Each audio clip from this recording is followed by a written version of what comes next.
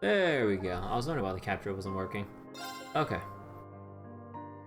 So, let's get back to finishing the dialogue that I couldn't finish in Crossbell because it was like way too late at night for me to keep going. I was getting too sleepy to finish the rest of the dialogue because, ooh buddy, we got the entirety and all of the buildings and NPCs in East and West Street. So, ooh boy.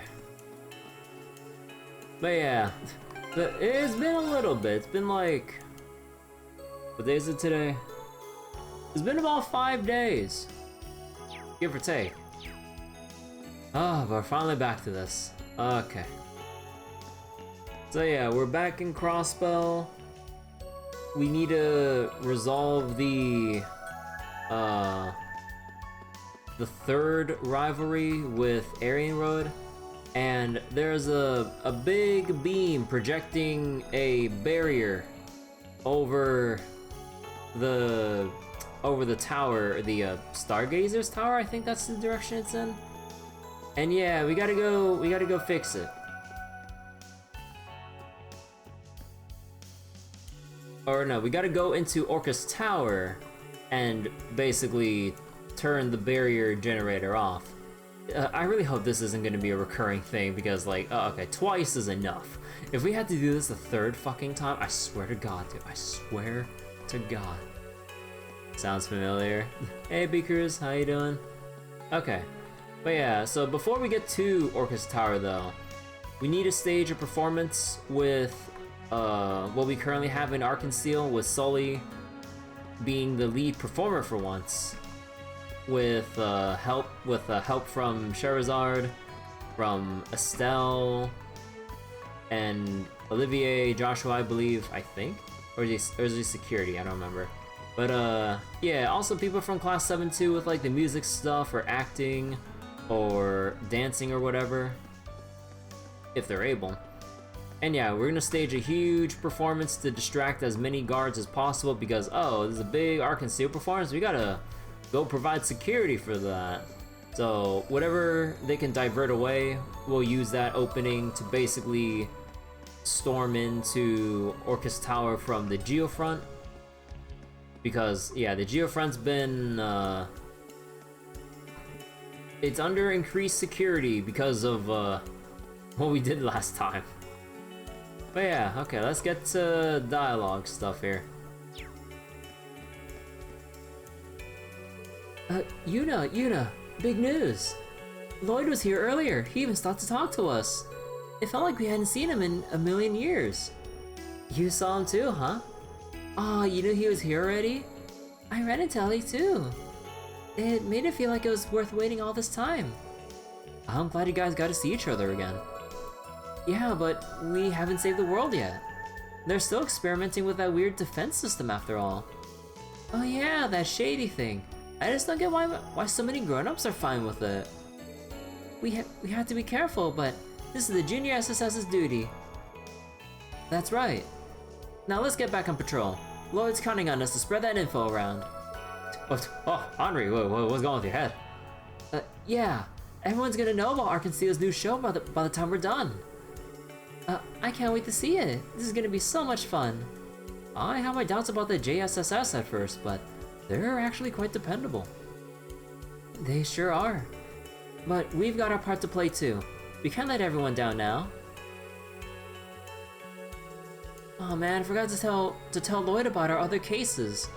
I guess we'll just have to solve them ourselves. There sure are a lot of people losing stuff lately though. We could use a little help. Maybe we can ask them later. Maybe, but this mission comes first. Let's spread the word. Tio and Randy and Kia are back. They're okay after all. Knowing they're out there gets me extra excited to help with the JSSS patrols today. I don't know for sure, but it sounds like Lloyd has a plan. Whatever it is, you can count on us to help. We'll tell everyone about the show. Oops. We go on patrol around town every single day. Promoting the show is gonna be as easy as pie. Heh, leave it to us. It'll be the talk of the town before you know it.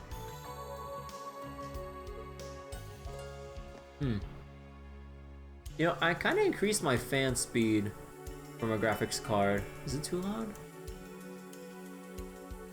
No, I don't see getting. Although I wonder if it gets picked up as I'm talking. Because like, I'm kind of paranoid about my graphics card temps, even though I just like went through the whole deal of repasting and repadding my 3080. But just to make extra sure that the thermal pads don't kind of like melt down and get caked in and everything, which is a complete pain in the ass to clean up. Oh my god. But yeah, hopefully it'll be good for now. The bread they bake here has such a unique flavor. I always enjoy stopping by. Rumor has it that we'll be going to war soon. It's been 72 years since the major powers last clashed, and Crossbell was right in the middle of it. I was only 5 years old back then. I doubt there are many people alive today who remember what it was like. The last time Erebodea and Calver went to war, it was pure carnage. It was mostly by luck that Crossbell was granted autonomy as a result of all that. Neither the Empire nor the Republic wanted to admit defeat, so their conflicts have carried on in one form or another ever since. Buddhist? Sammy? Yeah, I reckon you'd get a kick out of this. Here, take this book. Read it, share it with your friends, all that good stuff.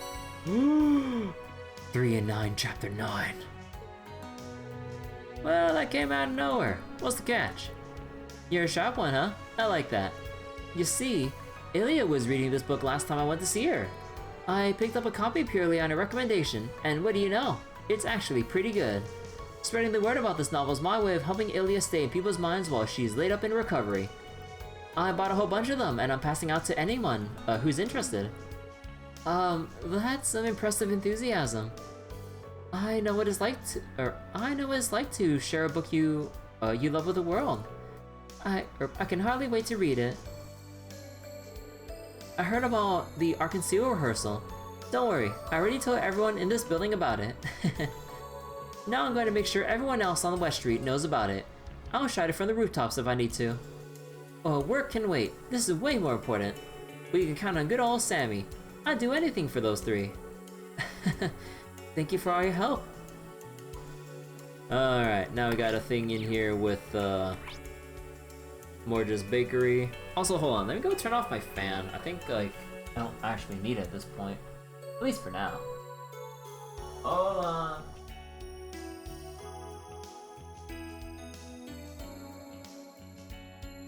Ugh. Okay, let's go into the bakery. Oh, you see Lloyd and Oscar meet back up there. Let's go. You're dropping in too, Lloyd? Taking in the sights while you're getting everything ready? Pretty much, yeah. I have my hands full coordinating everyone yesterday. Besides, it's been so long since I could walk around town like this. It's so nostalgic seeing everything again. You're not the only one who's thinking back on the old days. Since when did you get so tall, huh? What, do you think you're something special because you're almost as big as your brother, punk? You'd be surprised how many people have said that. You know, this wasn't the way I wanted to come home, but I guess I should be grateful that I was able to at all. And that I made it in time too. What's that supposed to mean? It's a long story. Huh. Oh. You're joining your unit and heading out soon, right, Oscar? Ugh. Now I get it. Yeah, but I'm a commissary man. I won't actually have to fight. I'm supposed to ship out tomorrow, actually. I see. Sorry, Oscar. I wish there was something I could do to help. Hey, don't make that face, Lloyd. It's not like you're sitting pretty while everyone else is hard at work. I'm worried about you too, got it? Yeah, you got a point. I guess all we can really say is, good luck, Oscar. And please, be careful. Thanks. Same goes for all of you. I still got the whole day to deal with any unfinished business. Like finally setting the score between me and Bennet. You have your work cut out for you. She's been putting in quite a bit of work to come up with her new recipe. You're finally going to crown a winner, huh? I'd love to see that. Is Bennet still hiding in the kitchen? Probably. I don't know for sure. I haven't seen her all morning. We need to start baking soon or we'll be out of time. You think she forgot about it and decided to goof off or something? Oscar. Bennet wouldn't do that. I'm sure she'll show up soon enough. Just give it time. Yeah, you're right. I'll get things ready while I wait. I hope Bennet's okay. Should we look for her? She's probably somewhere around town. Perhaps we should. I'd rather not have this weighing on my mind. Unmarked quest. Meeting old friends like this has really got me feeling like I've finally come home. I'm gonna get some more time with, more time in with Oscar and the others. Oh, and I definitely gotta say hello to Bennet and the boss while I'm at it. It's been ages since we were able to catch up like this. Being able to spend this time together has made my departure feel a little more manageable. It means a lot. I really wanted to take care of the purebred competition with Bennet today, but where is she?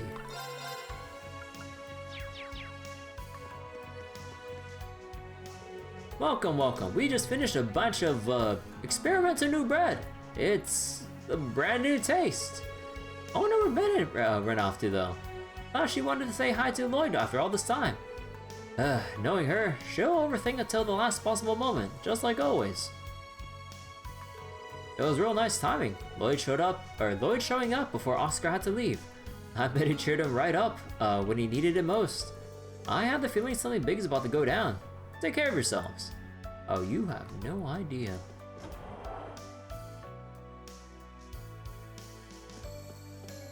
Alright, let's go check out the building. Are the elderly couple here still like... Oh no. Please, my dear, can't you see how pointless this silly feud is? I know, but I can't help it. My heart won't be at ease until I've given her what for. I know how you feel, but this undignified competition to see who can live the most lavishly has to stop. We only have your severance pay to keep us afloat. You make a fair point, but that impudent floozy really raises my hackles. Raises my hackles? She makes a fair... Oh, yeah, that's the same line. I also wish I could do something to make Mrs. Novash stop putting on airs, but I never stoop so low as to indulge in undignified squabble.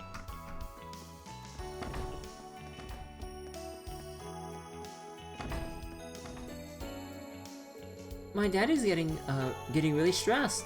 He says he's got a lot more rowdy customers to deal with these days. I said to him, why don't you ask the soldiers for help? But he only groaned and shook his head. Any idea why? But anyway, you think the Arkansio show is gonna be as big a deal as everyone says? I heard from that wretched Sammy girl that Arkansio... Wretched? Bro! She's been working here since like... before we even started the first Crossbell game. What the fuck? That Arkansio is holding a public rehearsal. How I have longed to see them perform live someday. From what I hear, their artistry is even on par with the Empire's Azure Diva. I only hope they'll live up to my high aesthetic standards. Arkansio's fame has reached us even in Heimdall. It would be no exaggeration to say they're the only thing of any true cultural value to come out of Crossbell. Bro, I wanna slap this lady silly, like what the fuck? Holy pretentiousness. God damn.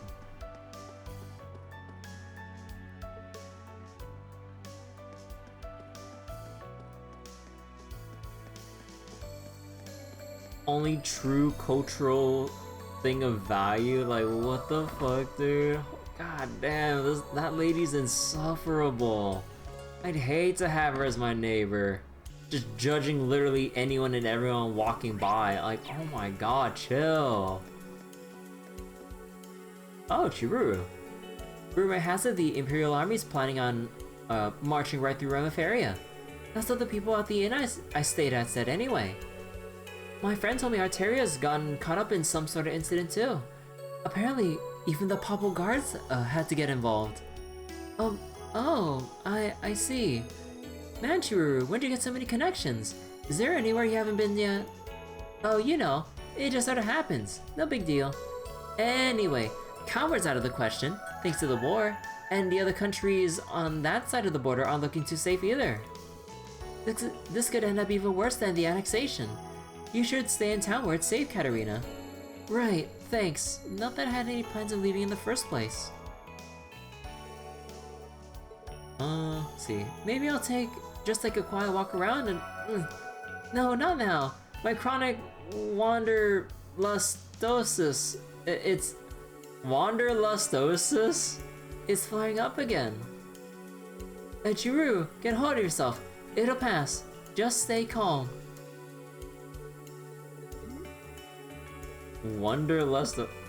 Is it like because she gets really antsy about like just exploring wherever the fuck she wants that it's gotten so ridiculous that it's like, hey, you're not going anywhere. Last time you went out, we haven't heard you for a long ass time.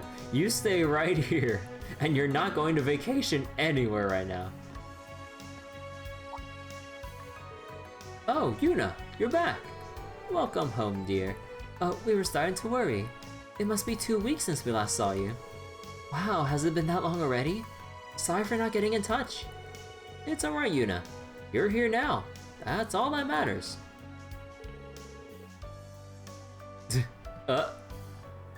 And is this gray-haired young man who I think it is? Hello again, instructor. You've gone through quite the transformation. Yeah, you're concerned about... I really have. Sorry the new look came as a bit of a shock. Allow me to reintroduce myself. I'm Rien Schwarzer, the instructor in charge of Class 7. Thank you, Matthew, for all the help you gave my students while I was indisposed. I'll think nothing of it. I was just swept up in all of Yuna's enthusiasm, really. Besides, if anyone should be grateful here, it's us. You're the one who saved their children's lives after all. That's right, and we still haven't had a proper chance to give you a proper thank you. Dad, Mom. I'll say it again. You saved their kids' lives. There's nothing more important to us in this world than Yuna, Nana, and Ken. You saved the very world, and we can never thank you enough. We wanted to say all this the last time you were here, but we never got the chance. But our precious children are still alive and well, all because of you. Thank you so much. I don't know what to say. I really appreciate your telling me this, though. Sometimes I feel that with all of this, I don't deserve to exist. So it's nice to hear that I'm still doing some good in this world. Instructor Rien. I see. I imagine you have no shortage of problems of your own, but we're very grateful that you took the time out to see us today. No matter what happens, just know we're here for you. That's right. Take as much time as you need to get yourselves together. You'll always be welcome here. Hey, is that the guy who saved us? I think it is. What do you mean?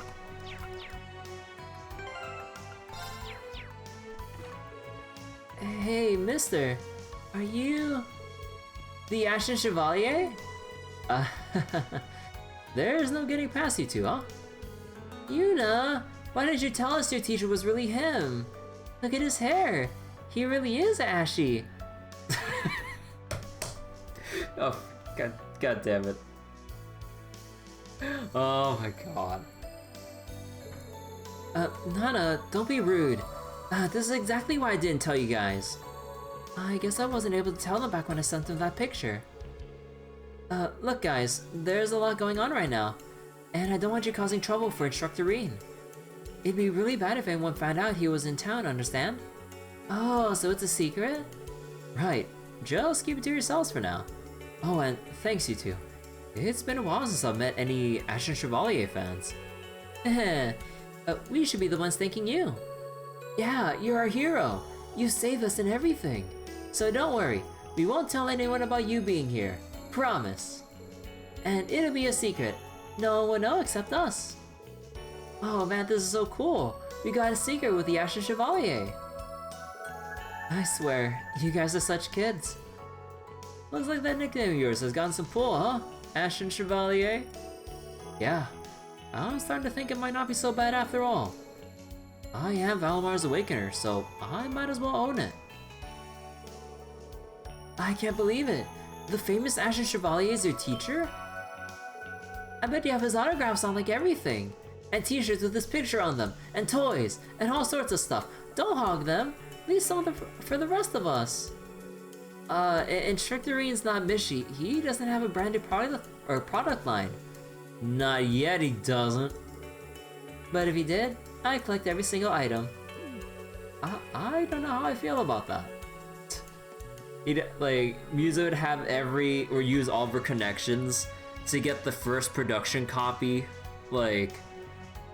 of any of Reen's merchandise sealed away, and then a second copy for her to actually, hold on to and use.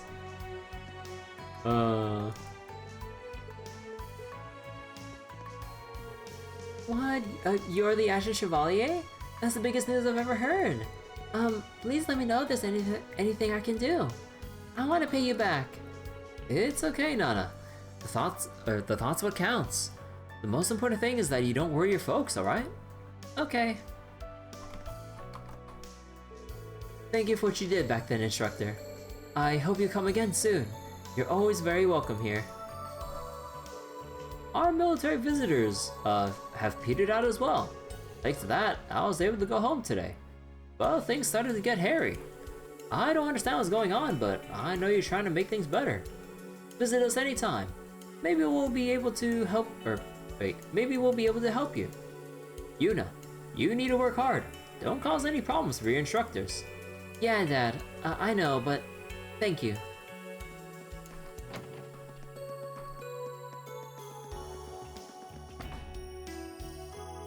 Alright. And now we got Tally's General Store. Oh, what a mess. Now that air shipping's been restricted, I don't know how I'm supposed to get imported goods. I stocked up on products from the Berlin Remiferia while I still could, but they won't last forever. At this rate, our shelves will be bare before we know it. Restrictions on the Berlin Remiferia? I could hedge a guess as to why. I'm sure it's a means to apply pressure in response to their involvement with Mio Mirage. The Empire wants to smother out any rebellion they can. But what about the people of Crossbell? They're suffering. It's not a pleasant thought, but the Empire would have taken that into account. And still went forward with all this anyway.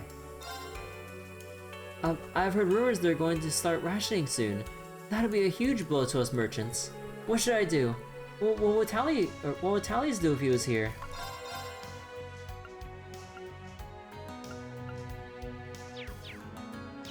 Oh, excuse me.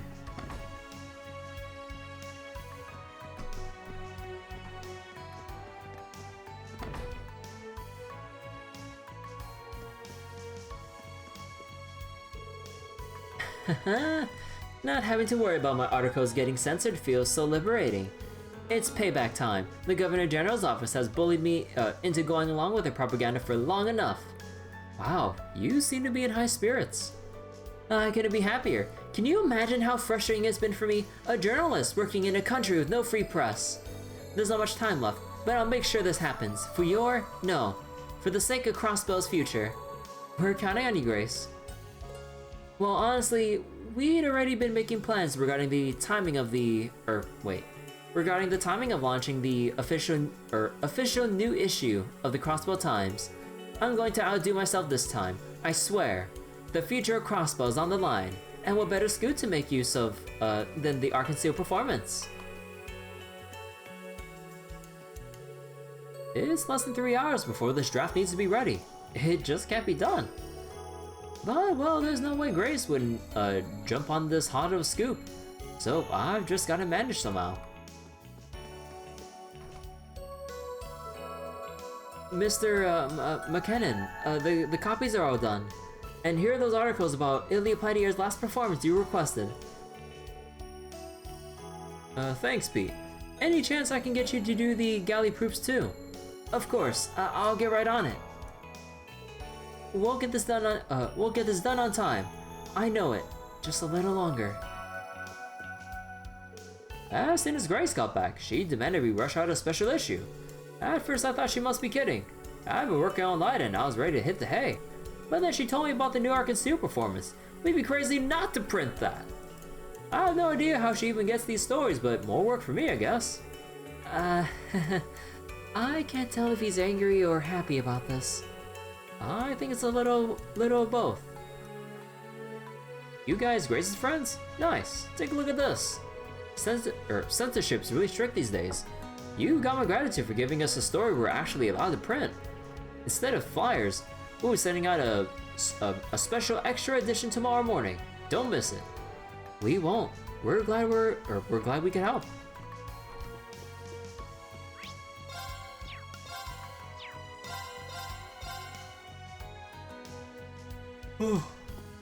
Excuse me. My favorite store had to close down.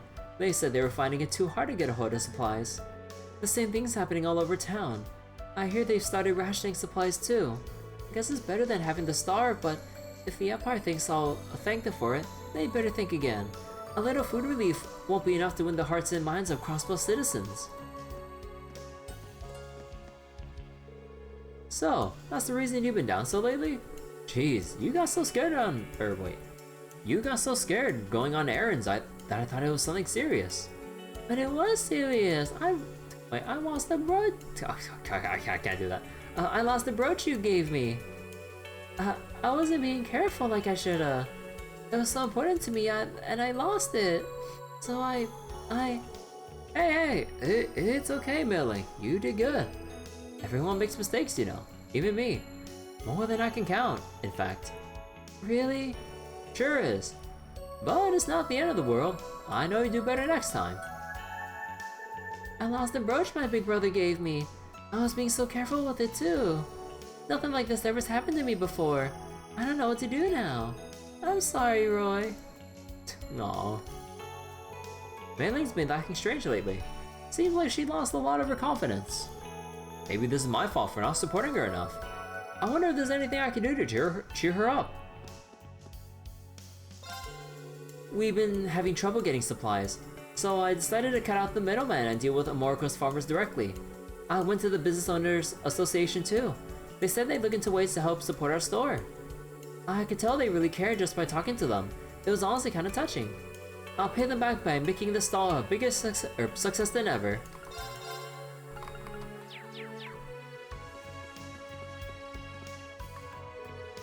I hear the state's rationing out. Oh wait, oh no, that's the same old lady, same lady.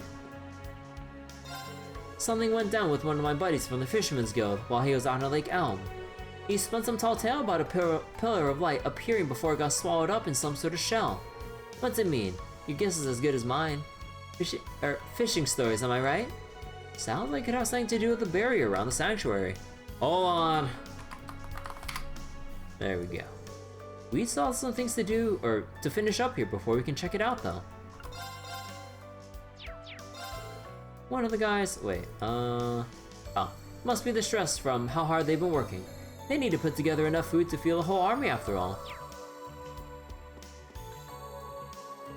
Cowards the enemy. All I have to do is defeat them, and then I'll get to come home. It's so simple. I feel like an idiot for worrying over this. Getting my draft card was the best thing that ever happened to me. Wiping out Calvert would be a blast. Who wouldn't want to get in on the action? Damn, don't tell me this guy. Yeah, looks like the curse has gotten to him. The way things are going, it won't be long until the whole country falls under its influence. There's not a lot we can do except concentrate on making our next plan a success. Uh-oh. Oh, Roos is... Uh-oh. You sure look happy peddling those Eastern-style snacks of yours, kid. Trying to pick a fight with us? Is that it? What? No! Honest! Help me out here, Puck. How can you stay calm at a time like this? Hey, I asked you a question, maggot. What kind of racket are you pulling here, huh?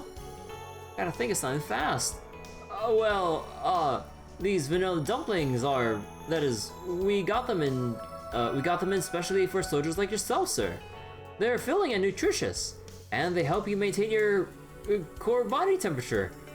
Perfect for when you're fighting in harsh conditions. And these don't come from Coward Goddess, no. They're Eastern style, but that's because they are made in Eastern Zemuria. Bro, the bullshitting from Roos right now. The amount of bullshit this man is spitting. Oh my god. This guy is spitting mad bullshit. Huh. I guess that's alright then. But rethink your little business plan, and don't forget, lots of people are still going to associate these things with the Republic. Yes sir, thank you sir. Whew, I think we're in the clear. Ooh, really dodged a bullet there. Would have been nice if Puck did more than just stand around and watch though. These dumplings, I hate to admit it, but they might have their uses. Maybe I'll pick up some for my squad mates. Bruh. Man, Roos was practically sweating buckets back there. Those soldiers are just a bunch of chumps. They don't frighten me anymore. Learning to deal with customers like that is part of making it big as a merchant. But I know he can do it. Trust me, he's got this.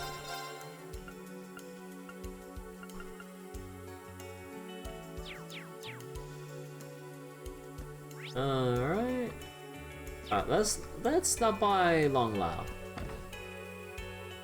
Now we can see Shan Shan. Oh.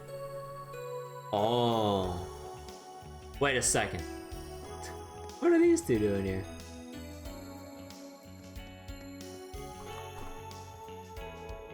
Shan Shan, I want you to have this. I know necklace is kinda coming on strong as far as first gifts go, but I really do think it will look good on you. Besides, tomorrow's the last day I ship out. This might be the last time I get to see you. It would mean the world to me if you'd accept this one little gift before I go. You could have said this you could have said all this from the start, you know. I'm not a demon. I'm just not going to brush you off if you're honest with me. Really? You mean it? Slow down, Buster. We hardly even know each other yet. But make it through this safely, then come back and see me. I absolutely will. It looks like Daddy is keeping his bloodlust at bay, out of deference for Midran. I wish he'd been here to watch Sully and the gang in rehearsal. If he can just make it back in one piece, I'm sure there'll be more chances for that. Yo, this guy actually, alright. Wow, that Shan Shan sure can pack a punch. She's a woman worthy of my love and admiration. That love punch will fuel my fighting spirit for the next couple of days. I'm part of it for being like persistent and then actually just, you know, being honest and not an asshole. Because if I remember, like, he did some pretty stupid shit. But I guess he's like making better of it now. Alright. We're supposed to be reporting back to duty with the 8th Division soon. But I begged my senior officers to give me and Midran a little more time here. At any rate, I believe the mood between them is surprisingly good. Hey. Alright then. We're only getting small-time jobs right now, but that'll change soon enough. Once the war begins, it'll be all hands on deck getting supplies to the troops. That's when business will really take off. Oh, hey there, writing squad. How's the script going? We're just discussing the main beats we want to hit. The source material for this piece is pretty solid already, but we need to give it our own twist. But Monk, what do we make our central theme? If we can't pin that down, we'll never be able to pull this performance together. How about we try to turn our thinking around? Focus on the story we can tell, instead of dreaming up one we might be able to. I don't like when you have a limited cast and have to build a story around it. That's how I wrote my radio drama. Oh, that sounds so intimate. This story's told through song and dance, so it's a bit different from what I'm used to. But I think I'm starting to get a feel for this. Our two rising stars make a surprisingly good team. This peek into the creative process has me especially excited to see how things will turn out. It's going to be something special for sure. Good luck, you two. Thanks. We've got this. Yeah, we're really gonna have to, we're really gonna have people talking. I never thought I'd be able to help you by putting my playwriting chops to work.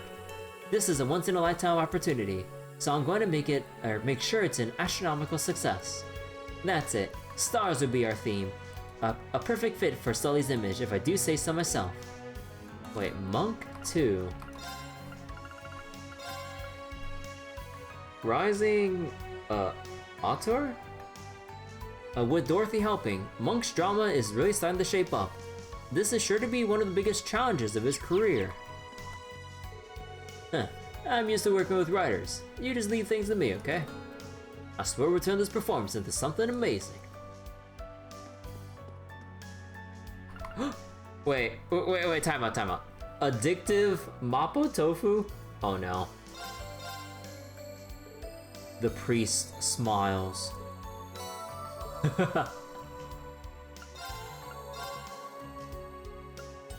You know, is the peculiar version gonna be extremely spicy Mapo Tofu? That'd be hilarious. Chan sounds like a sister to me. I don't get why the owner of this place is always trying to keep away her, no good admirers. This is the first time I've heard of him not chasing away guys trying to talk to her though. You think maybe... Wait. Oh. Is the whole world going crazy or what? Alright, let's see. Nah, I hate to admit it, but that soldier's eyes are that of a true man. If so, then as a fellow man, interrupting things is most unacceptable. But that does not mean I've given my approval. I've said this many times and I'll say it again. She can get married over my dead body. If he intends to pursue her despite that, then he best be prepared. What, are you gonna challenge her into a fucking Shokugeki or something? Let's go!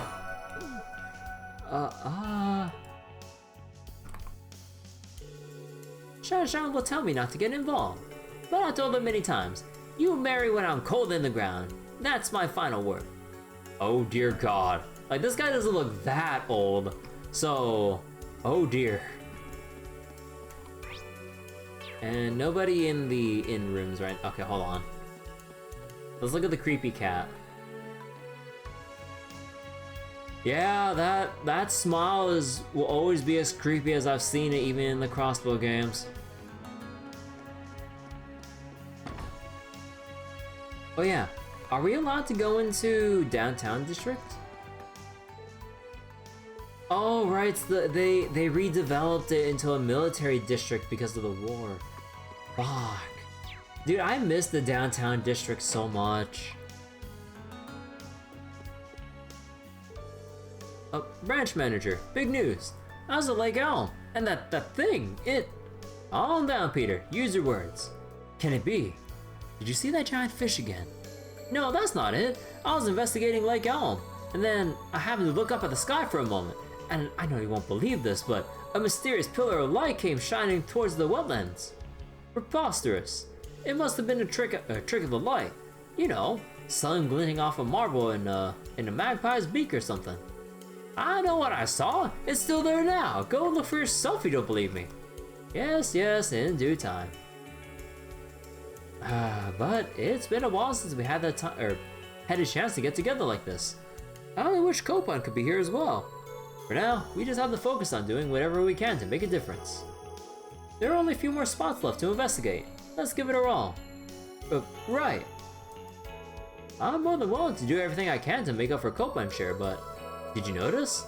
There was this bright light coming from the direction of Lake Elm. What do you think it could be? You think something strange like that would be in the news?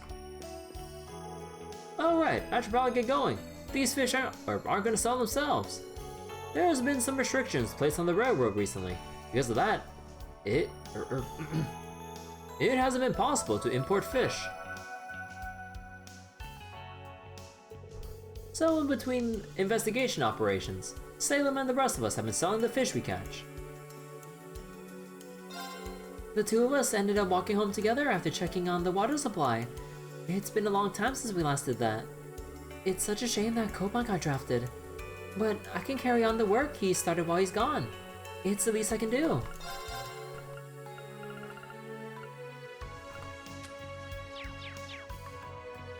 Wait, anything here? Yeah. Alright. Fisherman's Guild done. Now we got 9 Bali. Hey, reunited. We can shop from Cerberus.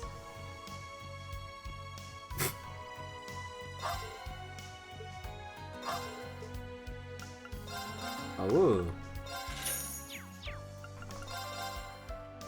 Yeah, we don't have anything new here. There's some more farming I can do for some of the stuff here, but I'm kind of lazy with finishing up, like, all the quartz I have left to make, so, eh.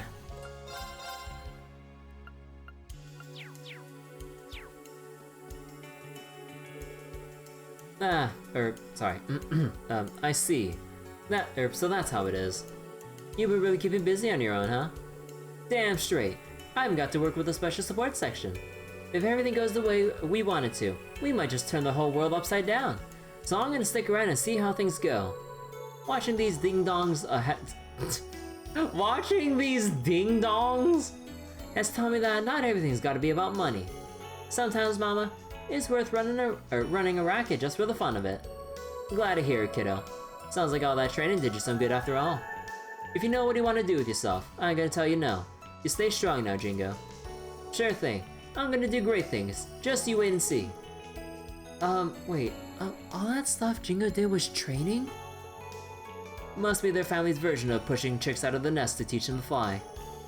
At any rate, I'm sure Jingo will be a valuable addition to our ranks. By the way, Mama, you remember the Jaeger King? He kicked the bucket the other day. For real this time. Thought you want to know. Yeah, he told me he heard he went down fighting though. Wish I could have seen it myself. No smoking from your kid? Hell, I heard he was supposed to have died 3 years ago. But this world is worse off without him. Just hope he left it with no regrets. Yeah, hold on, Mama. How'd you hear that already? It seems like rumors are already spreading. Yeah, but they'll fade soon enough. The people around here are gonna have bigger things to worry about before long. But it's okay. Boss is at peace now. That's all that matters. Yeah, and no matter what, we'll never forget him. Hold on, Jingo 2. Paying dividends. Jingo finally returned home to Crossbell. Her travels have taught her there's more to life than business, such as enjoying festivals. Alright. Anyhow, it's weird seeing Mama again after so long. Haven't been in the shop for half a year. Time flies. When I came back and breathed in the smell of dust, steel, and gunpowder, I thought to myself, I'm home.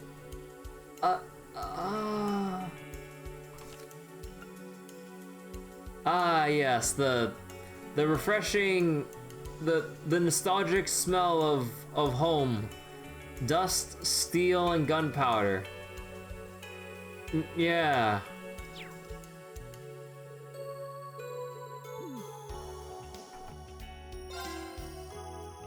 Do you really gotta like take a puff like before you speak? A long time ago, me and Rucker were an item. What?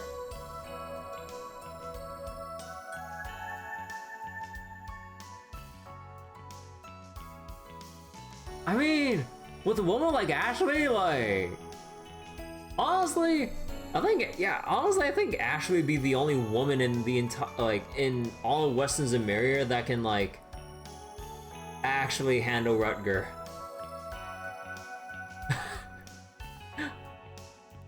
Honestly. Holy shit. Bro. But things are what they are. I just hope you left this world satisfied. Wait, every time we talk to her, she takes a puff. But yeah, Ashley and Rutger. Huh.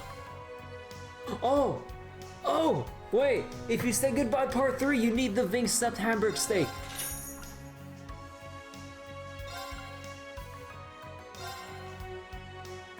And the rosary with Elisa.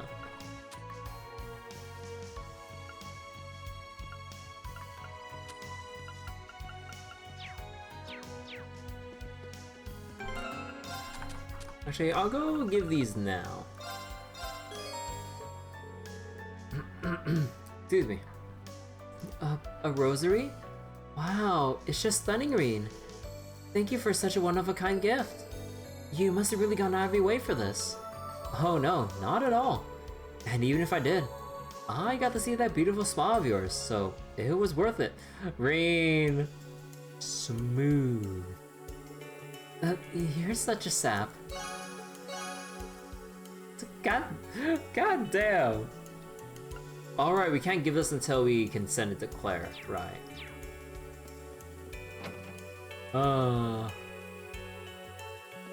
All that flirting, and probably once we get to the final bond scene moment, it's like, hey Sarah, what's up?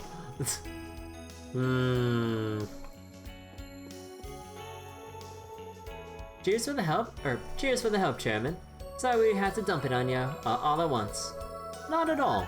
I'm just glad to see you're alright. No, I'll admit, finding out about the prince in the ship took me by surprise. He really is in a league of his own, isn't he? Not that I don't trust anything, but be sure you keep that under your hat, alright? Thinking back, pretty sure I heard he come to Crossbell before, right? I heard he's joining the ensemble in his wandering musician persona. Oh, goodness me. This just gets more interesting, or more and more interesting by the minute. It's hard not to worry with how fraught things are at the moment. But the Business Owners Association isn't about to slow down. We're all prepared to do our part. Aye, that's the spirit. So, he's still alive after all. Oh, things are certainly getting interesting. But the Business Owners Association isn't about to slow down, blah blah blah blah. Together we'll bring the light back to Crossbell. Ooh, earrings for Elise.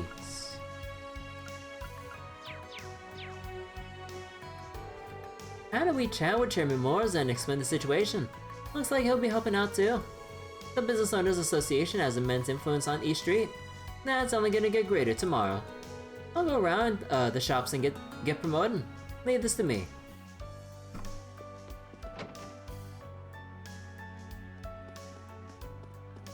Alright, now the Acacia Apartments. Are we allowed to go into this? Oh no, we're not allowed to.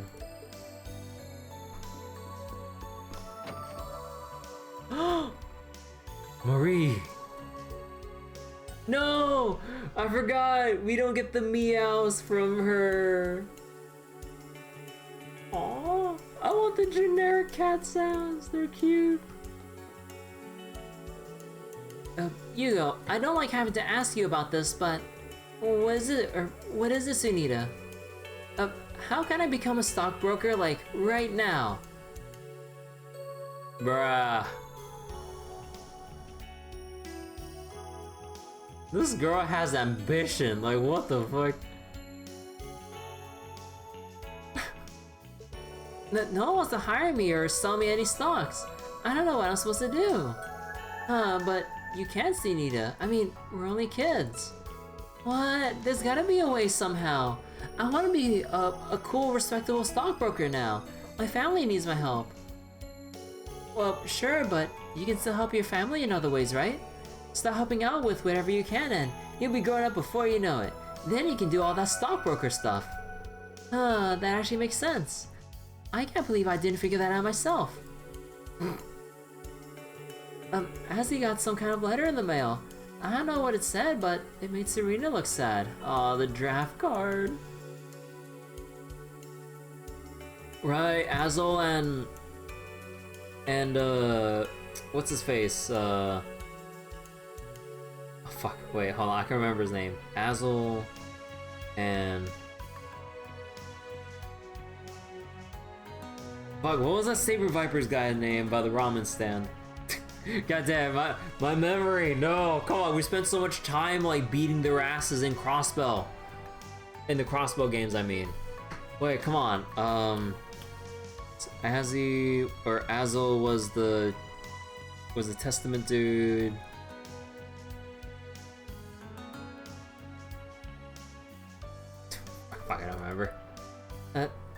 It'll be fine though. Azzy's real strong, so he'll be okay. I just gotta let my cool big brother do his thing and look after the house while he's gone. I also got his draft papers the other day. He was finally starting to feel at home in his new job, and now I thought it was bad when he joined that delinquent group. This is nothing compared to that. He's no soldier, I know that much. He's only going to end up hating himself. Azel came home to say goodbye. It seems like he's prepared to go through with this. Whatever he says though, I'll still worry about him. Maybe I'm just annoyed because I had to ask him for help. Helping my family in other ways, huh? Well, Mother's been having trouble deciding where to buy her groceries. There's that, I guess. Wait, so same one? Yeah, same one.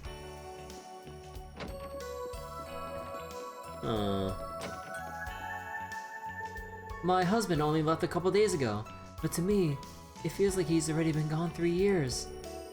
Oh, look at me. I shouldn't be crying at a time like this. He said he'd be fine. He promised he'd come home. I just have to believe in him and do the best I can.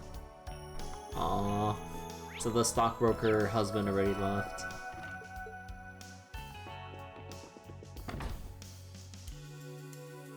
Okay, so that's it for all the dialogue. And as far as I know, we haven't seen hair or hide of Bennet anywhere. I think. Oh yeah, we also got a new recipe to make. Hold on. Oh yeah, I didn't do the gratin as well. Okay, come on. Who's gonna make a pretty good gratin? Did I try with? No, I only made the peculiar. Sharon. Very well. It'll be out shortly. Oh. Now then, bon appetit. Damn it.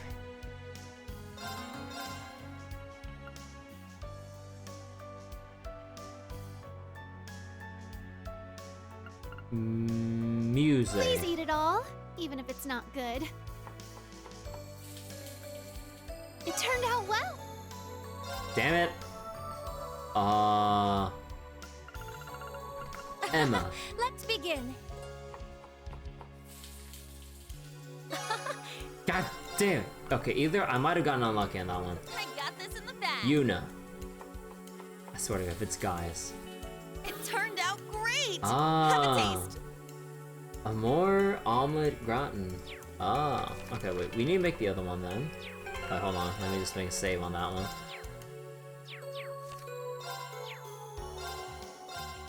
Wait. Oh, what the fuck? 10k HP, 60. Wait. 10k, 60 craft points, cure ailments, and stat down? Bro. I could just spam this shit with Mobius in no time, and then oh my god. Wait, I forget. With the gladiator headband, does that scale up the amount of? I should probably go test it out. But does that scale up the amount of craft points you get from items? Because if so, you have an instant S-craft, like literally right there. Ooh. Huh. Alright.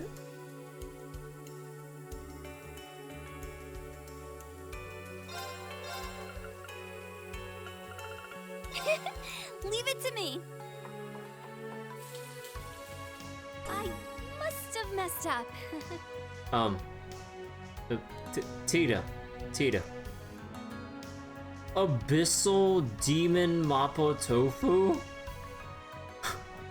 Holy shit. Wait, Class S power scaling? Holy shit, wait. Sounds terrifying. I can't wait to read the description on that.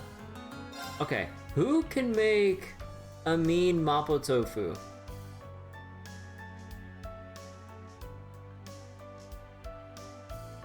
I'm gonna make a wild guess here and go for Reem. Let's do this. Actually, wouldn't Angelica know from her travels? All right, I did it. Damn it. Okay.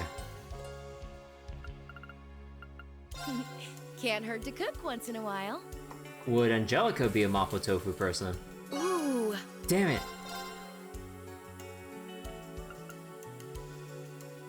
Toa. Get cooking. Wow! God damn. Okay, I'm running out of like monster material, so I gotta reload that. I need to get around to farming monsters with hardy powders because I'm running so low on them. It's ridiculous. Okay, Let's Elise? get started, shall we? Or our boy Randy. Is he the mapo tofu This guy? is one of my specialties. Oh, Phoenix Flame mapo tofu. Oh, and it's 80 craft points instead of 60. Yo. Let's begin. I guess this is food. I guess this is food. You just leave this to old Randy. Oh, Randy. Hey, not too shabby, huh? Alright, so let's look at the descriptions of these. So, Abyssal Demon Mapo Tofu. A hellish dish whose ingredients have been buried under every spice in existence. Oh dear, it's like, what spices have you used with this dish? Yes. Oh.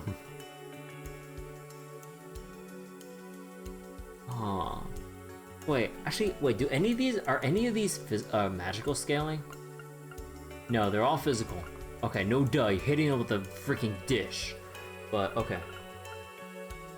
A dish Yun Ka Fai taught to the Schwarzers. Replicated faithfully to the last detail. Nutritious omelet gratin tastes best when made with a certain someone in mind. Ooh. Scorched gratin. Someone left it in the oven too. Oh, that's basic.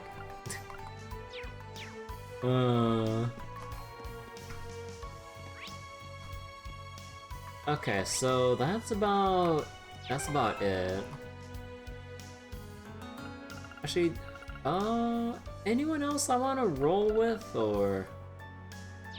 Cause like, I wonder if I should pre-equip people before we get going.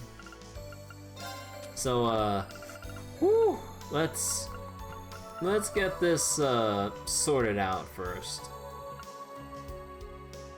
Probably Rakan. Okay, probably Solar Gyre, I think. Yeah.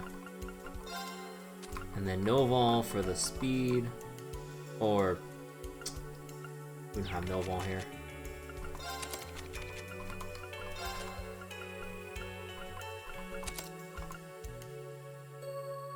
And oh yeah, you need like evergreen. You don't have anything, right? Yeah.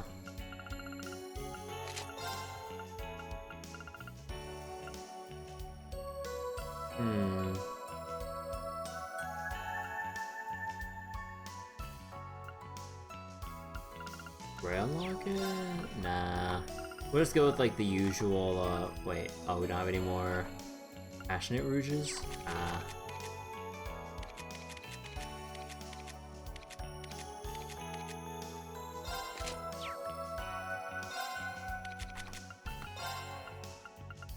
Let's see, Passionate Rouge. Okay.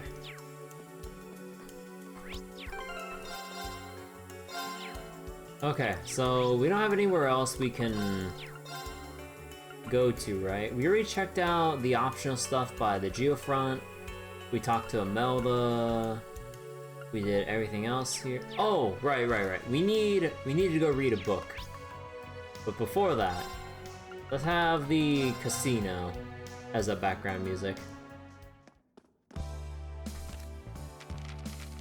Okay, so we have... Oh, did we read issue 9 of this? Oh yeah, we did. Oh yeah, we need If You Say Goodbye Part 3 and 3 and 9 Chapter 9. Okay. So, let me go read If You Say Goodbye Part 3. Farewell. All Sai had wanted was to see Martha again, to make toys for his old friend and see her smile again. How had such a simple desire led him to commit this atrocity against the laws of nature? This device felt heavy in his hands, but he kept hold of it all the same. Where did I go wrong? How could I possibly make up for this? Somebody, please, somebody tell me what to do. For a moment, it felt like something had just brushed Sai's shoulder. Did I say Sal? Whoops. It was probably just his imagination. He was so desperate for human contact, his mind was playing tricks on him, but he couldn't help looking all the same.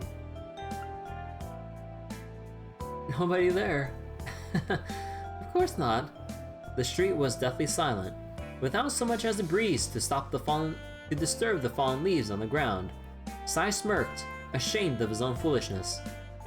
How could he have let himself get his hopes up like that? Aw, I finally got to see you smile again, but you don't look happy at all. Sai knew that voice. He'd know it anywhere. He spent most of his life wishing he could hear it again. Martha? Is that you? Please, if you're here, show yourself. Talk to me, Martha. He didn't care if it was real or an illusion anymore. If Martha was here, there was hope. Sai broke into a run, scrambling through the streets, but there was no sign of Martha. Only her voice remained.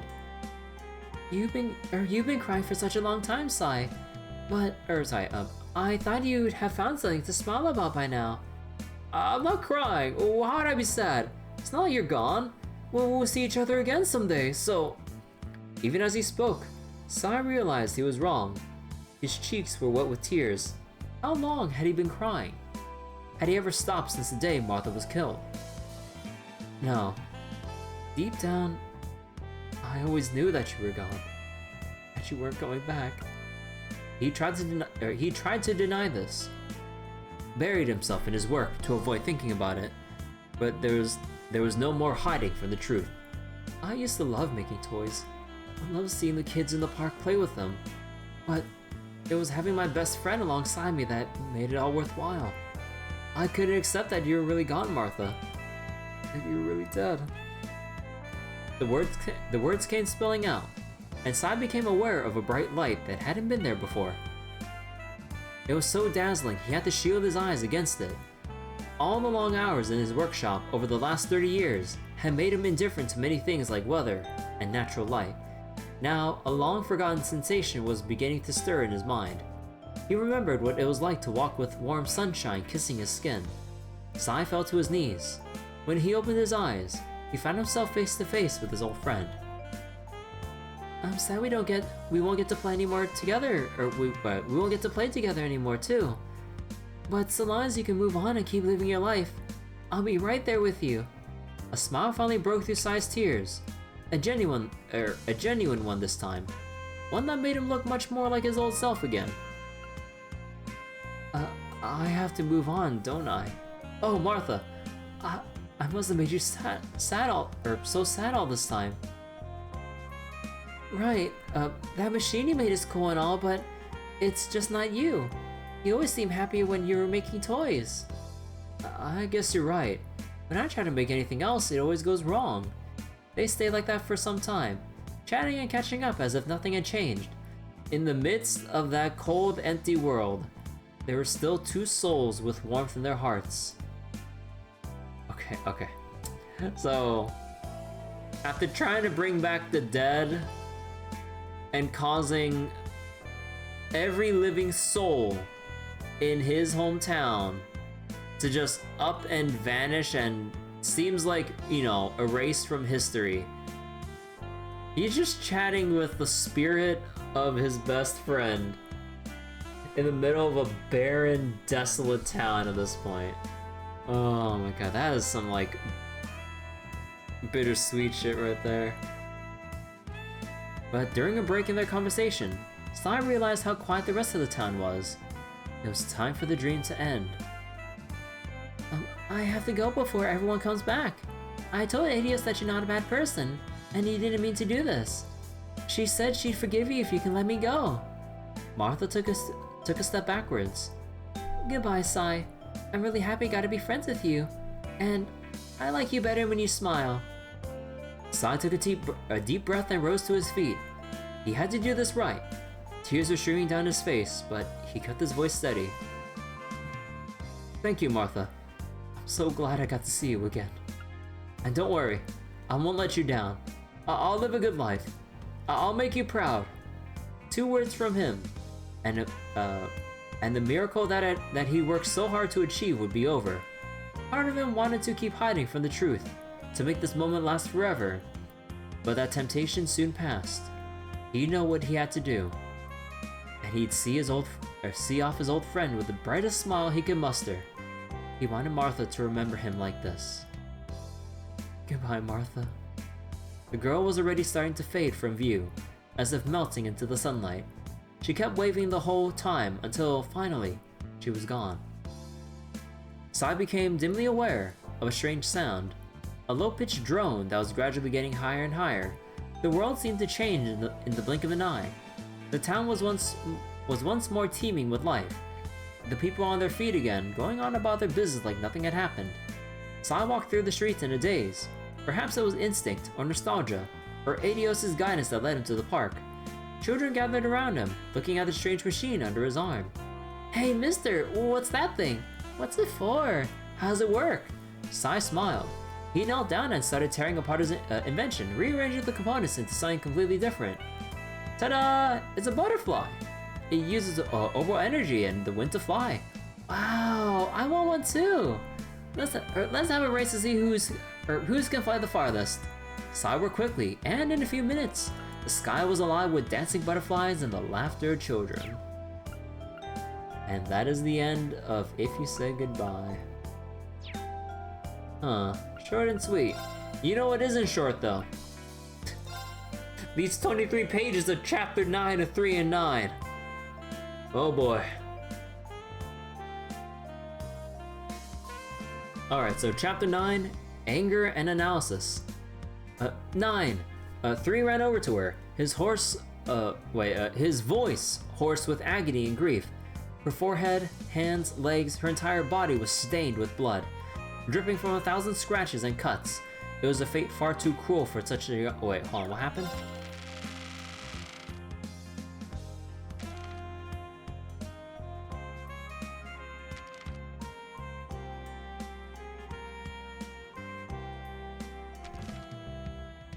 Oh, right, there was like the overseer, whatever the emperor's names, or sorry, the emperor's title. Yeah, the emperor had some like gravity manipulation bullshit. Right. Alright, no matter how many times three called out to her, she didn't respond. He had sworn to protect her. He had promised her. But now, 3 felt himself overcome by shame and regret. I'm too weak, he thought to himself. Too weak to help anyone. Too weak to save anyone. As if to seize upon his distress, the Emperor spoke once more. So, one of you ended up making it. If you're smart, you'll stop here.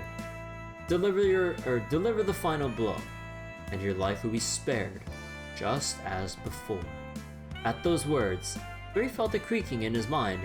It was harsh, like the sound of metal scraping against metal. I imagine she'd take some sick satisfaction in being killed by the same person who killed her brother anyway. The Emperor's mouth twisted into a perverse smile. The depravity in his eyes cleared even through the shadow cast by his helmet. It was then that something snapped inside of 3. Die! He exploded, as if the boundless rage coursing through his veins had at last found an outlet. His legs and arms, snapped into operation. A primal rumble burst from his throat. His bones creaked, and his blood boiled. Pure fury ignited his entire body, inciting it to action. And before he knew it, he launched himself at the Emperor. He unleashed a whirlwind of attacks, his strikes faster and more powerful than before. The Emperor met the charge head-on, altering gravity as he went, but 3 adapted to each shift almost as fast as they came. His body was running on pure instinct, sharpening his senses to a razor-sharp edge and giving him almost preternatural adaptability. The Emperor, on the other hand, found himself working harder and harder to handle 3's hail of blows. He managed to block the oncoming strikes, but his attacker showed no sign of slowing down. Like a wild dog! the Emperor sneered. A tool with the will of its own is a useless thing to be sure, but seeing you foaming at the mouth like this is pathetic beyond measure. You truly are fated to die as you live. A mere thing! Even in the face of Three's enraged onslaught, the Emperor had hardly taken any damage at all. He still held all the cards. Three was little more than an annoyance, like a flea biting a wolf. Three's thoughts bubbled back up to the surface. He found himself remembering something Nine had said.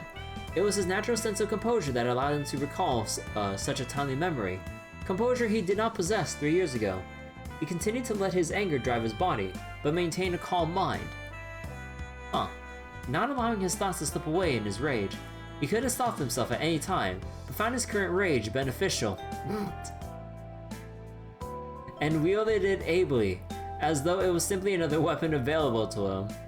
I guess he took a lesson from Kratos. Three himself was unaware of this, but such an ability was not only let me read that. But such an ability to not only control one's emotions, but turn them into power was rare indeed. It was a skill that did not come easily to even the greatest warriors, yet Three had managed to master such a complicated concept at his young age. Armor that absorbs the force imparted by attacks the moment they're received. That was how Nine had described the Emperor's armor. Sure enough, just as she described, no matter how many strikes Three launched, nothing seemed to get through. It was then that realization dawned on him. If the armor was immune to external force, then what he needed to do was induce internal force. So basically just go for like freaking blunt damage. Give him a concussion. Anyone else may have given up at this point, but Three could scarcely imagine a more suitable target for his unique skills. He combined his blades into one, squaring off against the Emperor yet again. The defining characteristics of Three's weapons was their ability to internally induce an arts-based explosion on their target. Oh yeah, they said something about that earlier, right?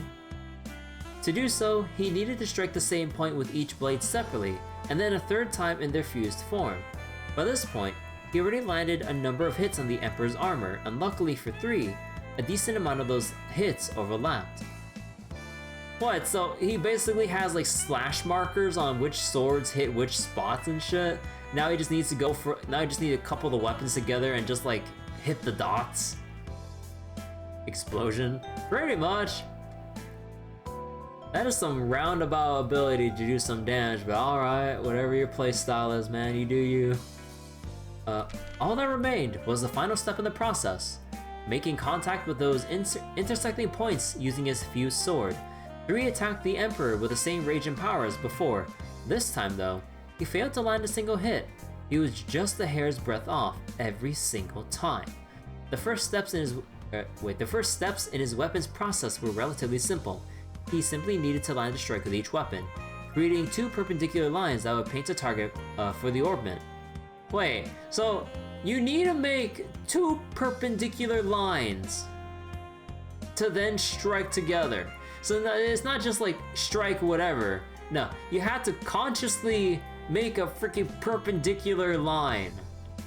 Or like basically a cross or X as you slash with each individual. Bruh. That's so dumb.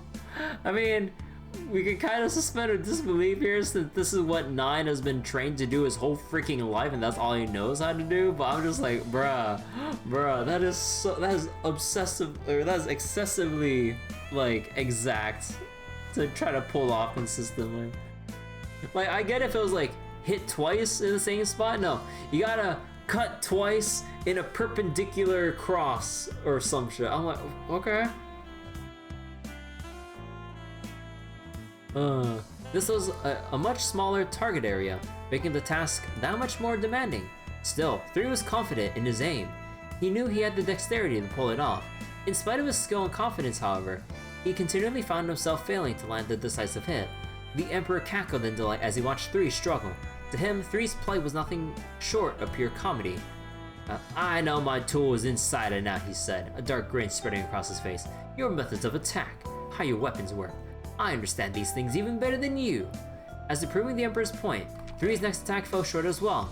The Emperor launched a counterattack with his staff. He swung at the perfect angle. 3 had figured out his foe's tricks.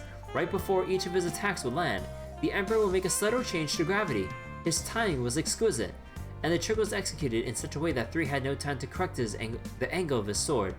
Further, the gravity wave emitted by the Emperor's scepter did nothing at all when it failed to connect, but if it did, the resulting damage would be enormous. Thus far, 3 had been able to evade or turn away each incoming swing, but he knew it was only because the Emperor was allowing it. He had yet to land a single effective attack, and the wear on both his weapon and his own body was steadily mounting.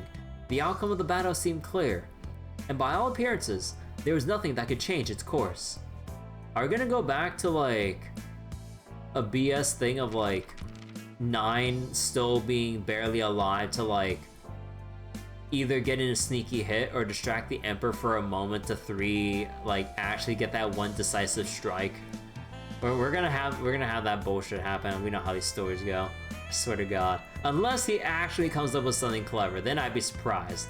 But I kind of had the feeling we're just gonna have the 9 that's like barely regain consciousness to launch one sneaky freaking attack. Let's see how predictable the story is. Okay, so thanks to his impeccable defense, the Emperor was nearly unscathed, whereas 3 was barely holding on, looking more and more like he could collapse at any moment. In between clashes, a momentary calm settled over the battlefield. As 3 was weighing his options, a voice broke the silence. It was a lazy drawl. Oh. Right. Okay. This is what I get for like not reading like the bottom third of the page here. Okay. One that 3 had heard many times over the past year. Analysis complete. Nan struggled to her feet, looking as though she could fall back down at any moment. How? The Emperor's genuine shock escaped his mouth in a low hiss. 9, you're okay! At once, he understood what had happened. 9 hadn't fallen unconscious. She had simply feigned doing so in order to analyze the Emperor in secret. He had given 3 no indication of her plan whatsoever. After all, had she done so, the Emperor may very well have caught on to her plan. Just fine, she responded. I use my wires to cushion the blow of the boulders by shredding them into smaller pieces. Okay. In the end, the rocks barely scratched me. Judging by the amount of blood that covered her, it would have been clear to anyone that this is far from the truth. But the fact that she remained both alive and conscious, 3 disengaged from the Emperor and moved closer to 9, making sure to keep his eyes trained on his foe as he did so. There's a moment where he's unable to respond to anything, she explained. That's his power's fatal weakness. What do you mean? His gravitational manipulation doesn't require casting like an art would, but after he uses it, there's a period of time of about a second before he's able to use it again. That's why he wasn't able to immediately prevent the falling rocks from burying him earlier. Oh wait. A second after he uses it? Oh, so once it, okay. But the way he's changing gravity is so precise, 3 said. Thinking back on the battle, how could he have managed that? He was just reading your movement S.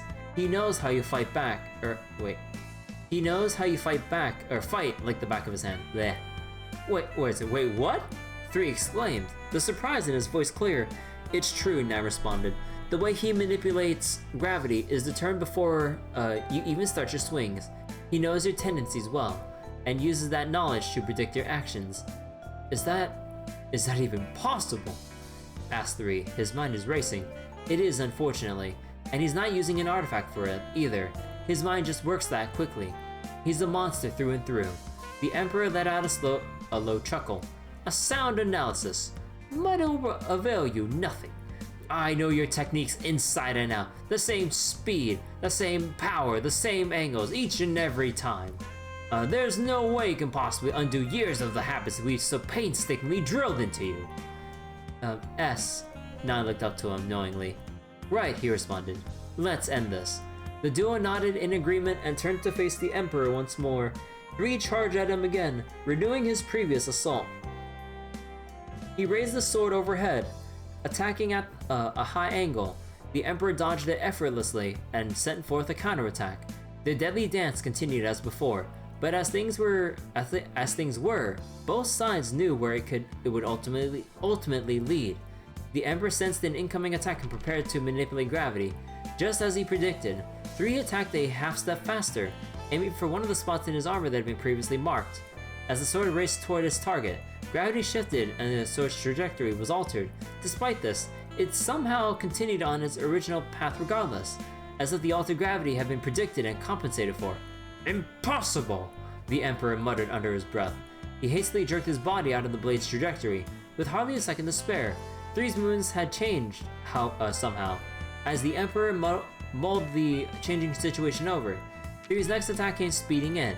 The Emperor again predicted the speed and trajectory, and manipulated gravity accordingly. However, boom! A muffled explosion rang out. The Emperor felt his armor crack, and the pain coursed through his left arm. Boom! Wait, what? What? Another flash. Boom! His right leg was now damaged. The Emperor was at an utter loss. Had 3 managed to correctly predict his spatial manipulation? How was he able to suddenly able to alter his strikes to compensate for the gravity? Had the analyzer been analyzed himself? Oh my god, that's such a stupid ass line. Had the analyzer been analyzed himself? Cursing 3's name, the Emperor's thoughts grew frantic. He desperately looked around for a clue. He realized what was actually happening. He glimpsed a number of barely visible cords extending from 3's body. Oh, so 9 was, like, adjusting for him? Naturally, 9 stood at the other end, controlling him. She wasn't pulling him to and fro like a marionette, but was instead nudging his attacks slightly, guiding his direction, timing, and angle to create the perfect strike. The Emperor may have been predicting 3's attacks and making adjustments, but 9 was doing the same to him in turn. It was her guidance that allowed 3 to score direct hit after direct hit. Her superior intellect was, of course, a major reason this was possible. But her relationship with 3 was their secret weapon. The two knew each other better than anyone in the world, which allowed her to predict his reactions and movements with incredible accuracy. She used her natural understanding of her partner to help him adapt to his combat style to fit the situation at hand. In that sense, the secret behind the upper hand they had suddenly gained was as simple as could be. Whoa, Emperor, what are you saying? You little bitch! The Emperor let out an enraged growl, laced with bitter hatred. Neither 3 nor 9 had ever seen him like this before. He tried to launch the same rocky onslaught at 9 that he had before, but found himself bereft of munitions. He could not be sure when it happened, but at some point, the duel had led him to a different part of the area, one where he could no longer weaponize the terrain. With furious bloodlust, he lowered the gravity near him and rushed at 9. Finally, she smirked. I've been waiting. A giant boulder appeared in the air above the Emperor, likely due to an art 9 had cast. The Emperor was unimpressed, however, at being subjected to the same attack twice. This time, it even lacked the element of surprise. He easily shattered the incoming boulder with the staff, once it entered his area of reduced gravity. But it was this flippant display of arrogance that sealed his fate. As the pieces of the boulder rained down around him, he found himself face to face with a plush toy rabbit, one that had been hidden within the boulder. No! He exclaimed, knowing full well it was no mere toy. His realization came too late, however. With a massive bang, the rabbit detonated. Light and heat washed over the Emperor, and his legs buckled under the force. Just then, another explosion went off at his back. 3 had landed a solid hit on his chest armor. The resulting blast had blown it clear off his body. This is the end. This is the end, 3 said quietly. The black-hearted Emperor's armor had been destroyed, and 3's blade had found its bloody mark. To be continued. Oh, so they finally took him down. Oh, so is the next chapter just gonna be the finale? Right. We saw Bennet in front of Ark and Steel. I would have skipped this by accident. The perfect bread. It's right on the tip of my brain. No, I'm losing it. It's still missing that special something. Hey Bennett, are you okay? Oh, it's you, Yuna. I'm fine. I just hit a wall, creatively. I've been walking around town searching for inspiration, but so far I haven't come up with any new ideas. Don't tell me, am I washed up? Have I peaked already? Hey, don't be so hard on yourself. Your baking's more delicious than ever these days. That's right. Everything you gave us before was exquisite. It sounds to me that this isn't a matter of mere technique. Maybe what you need is a bit of soul searching. For instance, why do you love to bake in the first place? Where does that passion spark from? My passion? The reason I started baking. That's right. It's all because of... Alright, I think I've got it. Thanks for hearing me out. I think I've had a breakthrough. I'll give it my best shot at any rate. Sounds like you found your answer. I'm happy for you. Yeah, I'm glad we could help. You did. You helped a lot. Thank you. If you like, you could come see how it turns out. I'm gonna put my all into this final bake-off. A heart, body, sweat, and soul. It'd mean a lot to me if you guys came to watch. We'd love to. You've already got me craving carbs as it is. Or I feel like it's almost our duty to at this point. Great, then it's settled. Let's all head to Morges. Right. Rena and the others returned to the bakery together, along with the much enthused Bennet. For long, the two young artisan bakers had set to work on the new creations.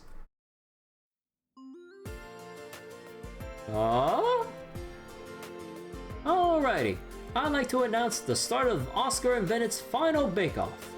In honor of the occasion, we've asked Lloyd and his pals to judge the competition. Is that okay with you two? Yep, that's fine with me. Yes, I'll give it all I've got. Wow, for a baking competition, everyone's pretty fired up. Can you blame them? These two have been battling out for the past couple of years. It's kind of a big deal for them. Since Oscar won the last round, we'll begin with his entry. That's fine with me. This is my latest creation, the Club 7 Special. It's fresh out of the oven. Eat it before it's cold. Oscar handed out his Club 7 specials. You made a sandwich? It's like a work of art. The different fillings really make the color of the bread pop. It's definitely pretty, but we've got the judge of taste too. I'll take a bite. Huh, what the? It's like an explosion of flavor. Huh, the key is a soft-boiled egg right in the center. The other ingredients play their part too. It all comes together to give you a dining experience like none other. Delicious doesn't even begin to describe it. I'd probably eaten it all before I even noticed. A sandwich is usually a pretty simple dish, but this is so good. I can imagine this being served at a fancy restaurant. This would be a perfect start to the day. This would be a perfect start to the day if I had a nice cup of coffee too. I'd see no problems adding this to our menu. It's sure to become a big hit. Oscar. Don't hand me the victory just yet. I want to see what Bennett's got in store for us. Whatever it is, it looks like it turned out better than usual. Okay, I guess I'm up. I call this my ultimate chiffon delight. I hope you enjoy it. Bennet handed out her ultimate chiffon delight. I see.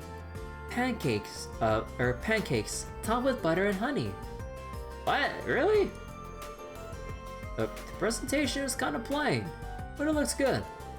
Let's see how it tastes.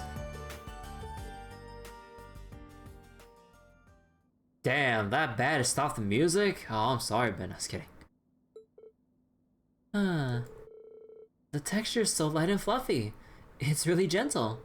There's something about it that's really moving. They're very good. The flavor is dynamic. Ah, this is one for the history books. The simplicity of the presentation just adds to the sweet, comforting taste. I feel this strange sense of nostalgia welling up in me. I was aiming for something I could call my best dish at first, but then I realized I'd rather make something for Oscar to remember us by. It's been a very wild 2 years, but I wanted to make a dish that would remind you of the good times, no matter where you go. Bennet, I guess I should try some then. Yeah. This is really good. Maybe it's just me, but I can feel the baker's kindness in every bite. It kind of makes me want to tear up. It's got technical skill behind it, but there's so much heart too. Huh. Feels like, looks like I've lost. Thank you, Bennet. You got your feelings across just fine. I promise I'll stay alive and come home when the war's over. I'll be looking forward to the day when we can bake together again. Okay. And the winner is Bennet. Congrats to both of you for your hard work. Aww. Alright. Sorry we had to drag you guys into this. Don't worry about it. It was quite the experience. Yeah, I wouldn't have missed it for the world. Hey, where did Bennet go? I'm not sure. Last I saw, she was blushing and mumbling about, or mumbling something about getting her feelings across and seeing each other again someday. Oscar, are you trying to compete with how dense you are between like Lloyd and Reen? Then she screamed something about needing to clean up and disappeared into the back. Bennet never changes. She's had quite the afternoon. Perhaps she should be excused. Oh, that daughter of mine. Will she never get over her shyness? Anyway, thanks for helping us out with this. There's plenty of samples left, so go ahead and take as much as you want.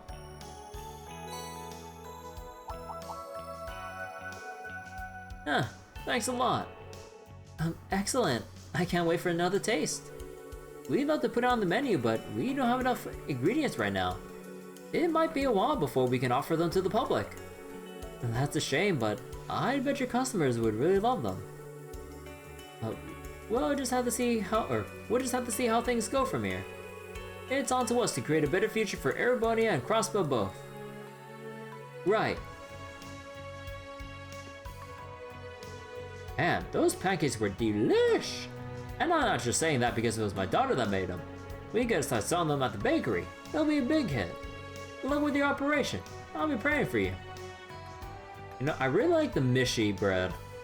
The Mishi bread looks really freaking good. I wouldn't have missed this for the world. It was an experience I won't soon forget. We had to make tomorrow a success for Oscar and Bennet. This strategy means everything for the future of Crossbell. So we've got to see it through. You've got that right.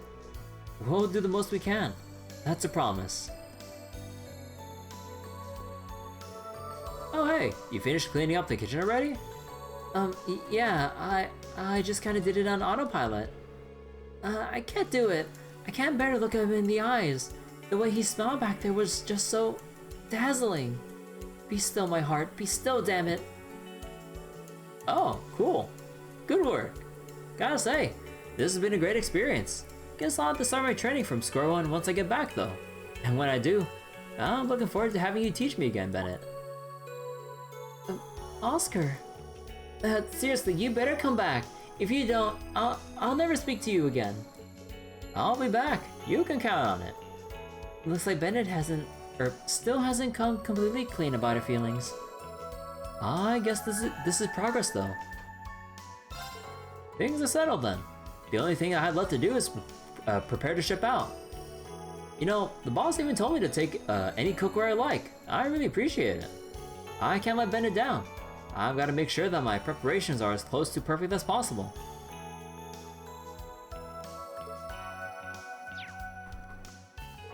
I feel like I finally managed to best Oscar, but that really doesn't seem to matter anymore. I just want Oscar back safely. I guess I'll help with the prep. No, that's what a new bride would do. Good luck, Bennet. Good luck, girl. Alright, now we can finally go back to Arc and Seal. We ready to do this thing?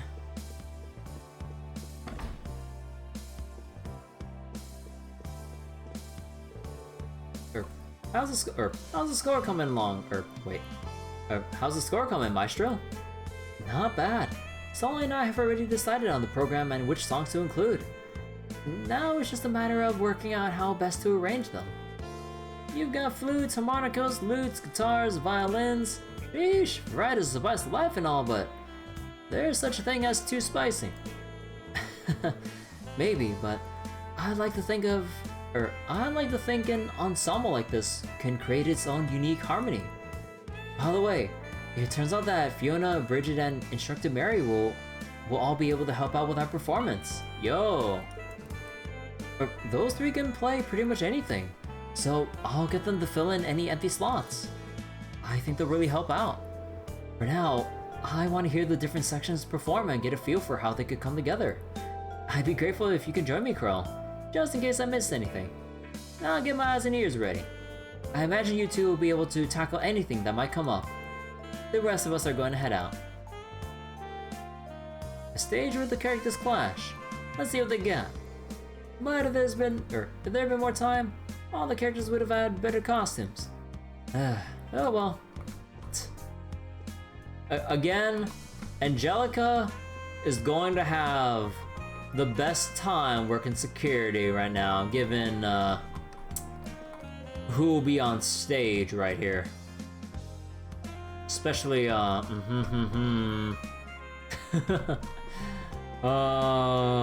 boy. Someone like put Angelica in chains on the side to prevent her from like bursting out from the sidelines mid-performance. Oh god. Alright, let me just make a save here, just in case. And let's move on. Oh wait, actually, let me talk. Bridget and Fiona should be meeting up with us in the evening. We'll need to solidify the arrangement. Alright. Wait. You cannot include Altina or Elliot. Reen, Laura, Kurt, Machias, and Sharon. Oh. Okay, wait. So I have to decide on the comp, like, after the...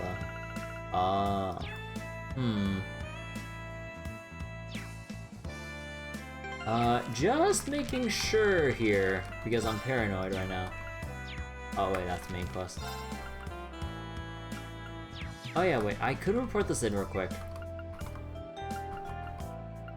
Wait, where is it? Oh, it's up here. How did everything go? I see. Good work, everyone. Right, we didn't do much Now else. then, if you'll excuse me. Now, let's see. No, so not for that. Not for that. The books? Nope.